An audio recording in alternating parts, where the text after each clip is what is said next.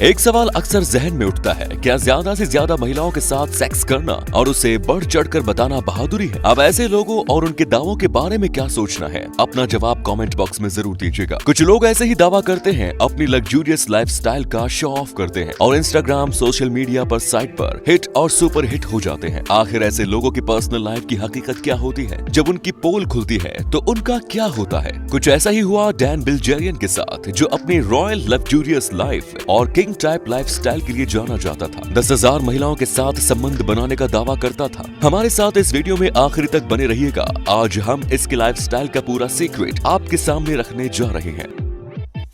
Don Bilzerian अक्सर अपनी महंगी और रॉयल पार्टियों के लिए जाना जाता था। खूबसूरत लड़कियों के बीच उसके वीडियो सोशल मीडिया पर वायरल होते थे। धीरे धीरे वो लोगों के बीच पॉपुलर होता चला गया। उसका शो ऑफ लोगों का ध्यान अट्रैक्ट करता चला गया। इसके बाद उससे पूछा गया कि आखिर उसके पास इतनी दौलत आई कहां से, तो उसने बताया कि वो पोकर खेलता था और पोकर खेलने के दौरान उसने $5 करोड़ रुपए जीते। ये पैसा उसे वहीं से मिला है। लेकिन डैन के इस दावे की उस समय पोल खुल गई जब प्रोफेशनल पोकर प्लेयर्स ने उसके दावे की जांच पड़ताल की। पहली बात तो ये सामने आया कि कोई भी व्यक्ति पोकर खेलकर इतना पैसा नहीं कमा सकता जितने का दावा डैन कर रहे हैं। दूसरी बात यह है कि डैन जब भी ऑनलाइन पोकर खेलते हैं तो उनके खेलने का स्टाइल कुछ ऐसा है जिसे देखकर ये लगता है कि उन्हें तो पोकर खेलना आता ही नहीं है, वो नंबर 1 के अनाड़ी है।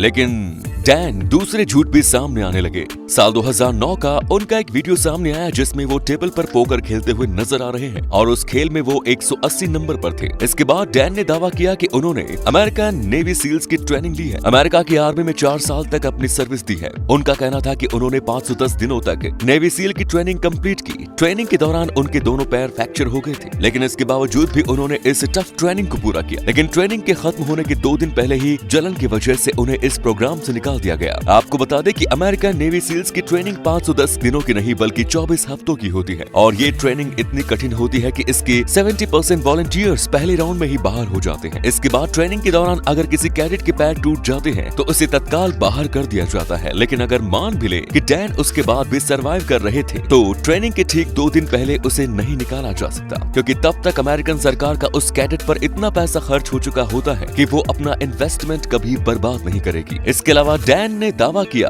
कि उन्होंने 10,000 लड़कियों के साथ फिजिकल रिलेशन बनाया है। वो इतनी लड़कियों के साथ सोए हैं। वो अपने साथ एक लग्जूरियस बंगले में मौजूद लड़कियों की तस्वीरें इंस्टाग्राम पर शेयर करते रहते हैं। उस बंगले में अलग अलग तरीके से ढेर सारी लड़कियों के बीच अलग अलग खिंचाई गई फोटो सोशल मीडिया पर वायरल होती रहती है। इससे उनके रईस होने और लग्जूरियस लाइफस्टाइल को स्पेंड करने का एक ऑरा क्रिएट होता है। वो घर उन्होंने $6.5 करोड़ में खरीदा था। दरअसल अपने बारे में झूठी कहानियां फैलाना, खूबसूरत लड़कियों के साथ बिकनी फोटोशूट कराते हुए फोटो शेयर करना उनकी एक स्ट्रेटजी थी। वो हर समय अपने आप को एक हीरो की तरह दिखाया करते थे, जबकि असल लाइफ में वो एक जीरो थे। लेकिन फिर भी जो पैसे खर्च हो रहे थे वो कहां से आ रहे थे? ये सवाल तो बना ही था। इस सवाल का जवाब जब तलाशा गया तो पता चला कि 2018 में इन्होंने एक इग्नाइट नाम की एक कंपनी शुरू की थी और उनके सारे खर्चे ये कंपनी ही पूरे कर रही थी। इग्नाइट के बारे में ये बात सामने थी कि ये कंपनी प्रोडक्ट बेचकर प्रॉफिट कमाती है, लेकिन हकीकत ये है कि ये कंपनी कोई प्रोडक्ट नहीं बेचती थी, बल्कि डैन की लग्जूरियस लाइफस्टाइल और इंस्टाग्राम पर उनके बढ़ते फॉलोअर्स की संख्या से अट्रैक्ट होकर इन्वेस्टर्स इस कंपनी में पैसे इन्वेस्ट करते थे और उन पैसों पर डैन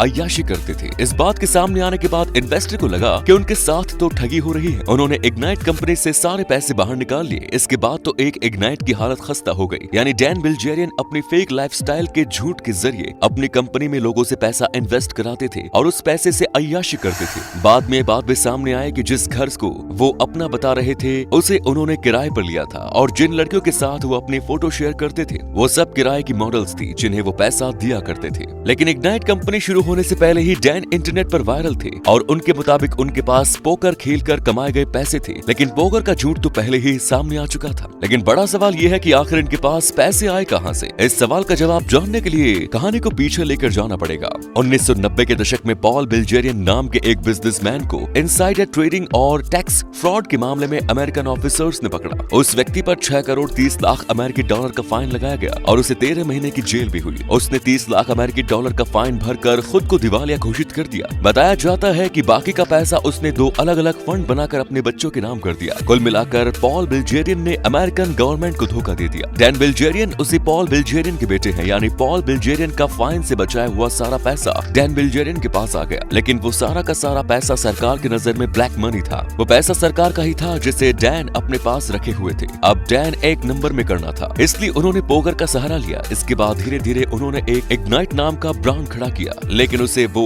अमेरिकन स्टॉक एक्सचेंज में लिस्ट नहीं करा सकते थे। अमेरिका में ही पले बड़े थे, इसलिए वहाँ के नियम कानूनों से अच्छी तरह वाकिफ थे। कुछ लोगों का ये भी कहना था कि इससे कंपनी को पर्दे के पीछे से उनके पिता पॉल बिल्जेरियन ही चला रहे थे। अमेरिकन नियम के मुताबिक पॉल बिल्जेरियन जेल से निकलने के बाद किसी भी बिजनेस को रन नहीं कर सकते थे, ना ही उसका हिस्सा बन सकते थे। इसलिए वो इस कंपनी को अमेरिकन स्टॉक एक्सचेंज में लिस्ट नहीं करा पाए। उन्होंने इस कंपनी को पड़ोसी देश कनाडा के स्टॉक एक्सचेंज में लिस्ट करा दिया ताकि वो आने वाले समय में कानूनी पचड़ों से बच सके। आगे अगर इग्नाइट पर कोई जांच बैठती है तो वो कानूनी तौर पर सही साबित होंगे। डैन ने अपने इस कंपनी के जरिए केवल इन्वेस्टर्स को नहीं ठगा, बल्कि उसका महिलाओं के प्रति व्यवहार भी घोर आपत्तिजनक था। वो महिलाओं को किसी शोपीस की तरह इस्तेमाल किया करता था और वो उन्हें ट्रॉफी की तरह पेश किया करता था। उनके साथ सार्वजनिक रूप से अभद्रता किया करता था।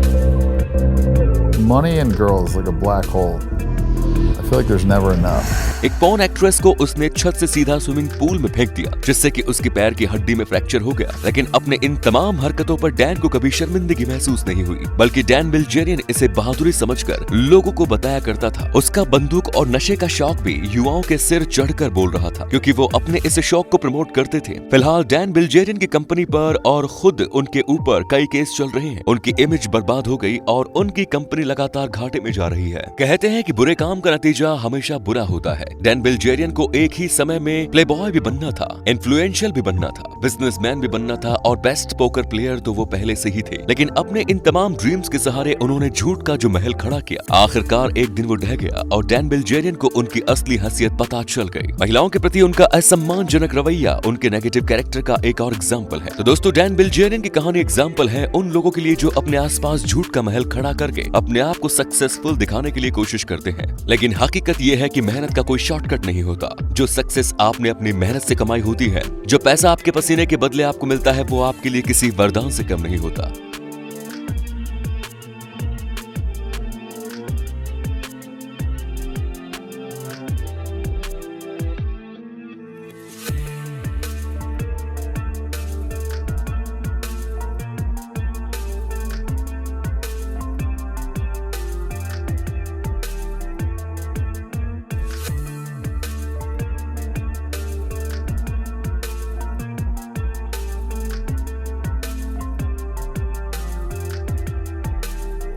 उम्मीद करते हैं ये वीडियो आपको पसंद आया होगा। इस वीडियो पर आपकी क्या राय है कमेंट बॉक्स में लिखकर जरूर बताएं। फिर मिलेंगे नए वीडियो में, तब तक के लिए जय हिंद, जय भारत, वंदे मातरम।